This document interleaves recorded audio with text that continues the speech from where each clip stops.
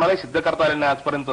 तसं असं तर मग आपण दारूच्या दुकानांना आनंदाचं दुकान असंच नाव दिलं असतं आणि एक क्वार्टरला एवढा आनंद, हाफला एवढा आनंद, पूर्ण बॉटलला इतका आनंद असं आपण सांगितलं असतं.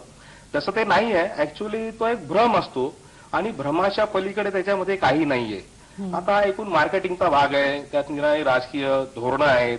गेले हजारो वर्ष आपण बघतो की दारूचा काहीच म्हणजे तसा काही उपयोग नाहीच आहे. एक निमित्त असतं ते, म्हणजे एक निमित्त आणि त्याला एक सगळा सपोर्ट आहे ना. आता स्वतःचे विजय मल्ल्या जे आहेत, ज्यांचा दारूचा एवढा मोठा व्यवसाय ते दारू पित नाहीत. म्हणजे हे सुद्धा एक उदाहरण आहे दारू पिणाऱ्यांसाठी की बुवा दारू म्हणजे जे समर्थन करतायत काहीतरी पितायत तर ते सुद्धा पिण्याची खरं म्हणजे फारशी काही आवश्यकता नाहीये असं माझं व्यक्तिगत मत आहे, माझा सल्ला आहे. आणि त्याच्यात काही आनंद मिळत नाही. म्हणजे त्या स्मिताबाई म्हणतात ते बरोबर आहे. असं काही त्याच्यामध्ये आनंद वगैरे नसतो. आनंद नावाचा एक भ्रम त्याच्यामध्ये आहे. आता भ्रम आहे की नाही हे प्रत्यक्ष अनुभूतीद्वारे जोपर्यंत ते जाणत नाहीत तोपर्यंत आपण असं म्हटलं ते काय आपलं ऐकणार नाही. आणि पळवाट व्यसन करणाऱ्यांसाठी अनेक असतात. म्हणजे बरोबर. मग अशा वेळेला त्यांनी आपल्या नवऱ्याला काय सपोर्ट कसा करायला? आता नवऱ्याला सपोर्ट करताना दारूवर त्यांनी एकदम टीका करू नये आणि पर्यायी आनंद त्यांना मिळवून देण्याचा प्रयत्न केला पाहिजे. स्मिताताईंनी त्यांच्या नवऱ्यांना पर्यायी आनंद अनेक गोष्टींमधून मिळतात किंवा मनातच मन सदैव आनंदी राहील अशा प्रकारे जर त्यांनी ज्ञान प्राप्त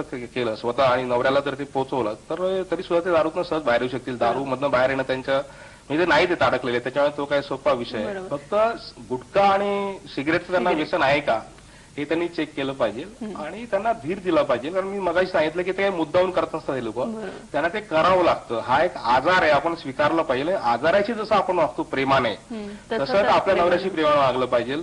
तो काहीतरी वाईट कृत्य करतोय, अनैतिक करतोय असं मनात आणता कामा नये. आपण त्याशी प्रेमाने वागलं पाहिजे. आणि जर आपल्या घरी काही मदत करता आली नाही तर तज्ञांचा सल्ला घेतला पाहिजे आणि त्यांची मदत घेऊन या प्रश्नावरून बाहेर आलं पाहिजे. सरकारचाच पाठिंबा आहे दारूच्या दुकानांना, तर अशामध्ये व्यसनमुक्ती होणार कशी? किंवा द्राक्षापासून जी बनवली जाते त्याला सुद्धा सरकारचा पाठिंबा आहे. मग अशाने व्यसनमुक्ती समाज हा घडणार कसा? हा त्यांचा बरोबर आहे. हा प्रश्न की शासन दारू पिण्याला अप्रत्यक्षरित्या मदत करतंय, हात लावतंय हे त्यांचं जे म्हणणं आहे ते काही चुकीचं नाही. पण नुकतं शासनाने समजा दारूबंदी केली म्हणूनही लोक व्यसनमुक्त होऊन जातील असंही म्हणणं हे चुकीचं आहे.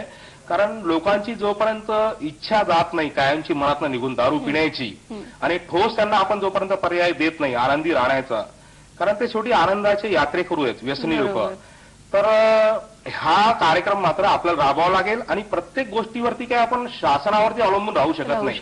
आपल्या जीवनात जो आनंद निर्माण करायचा आहे त्याचा मार्ग आपण शोधला पाहिजे.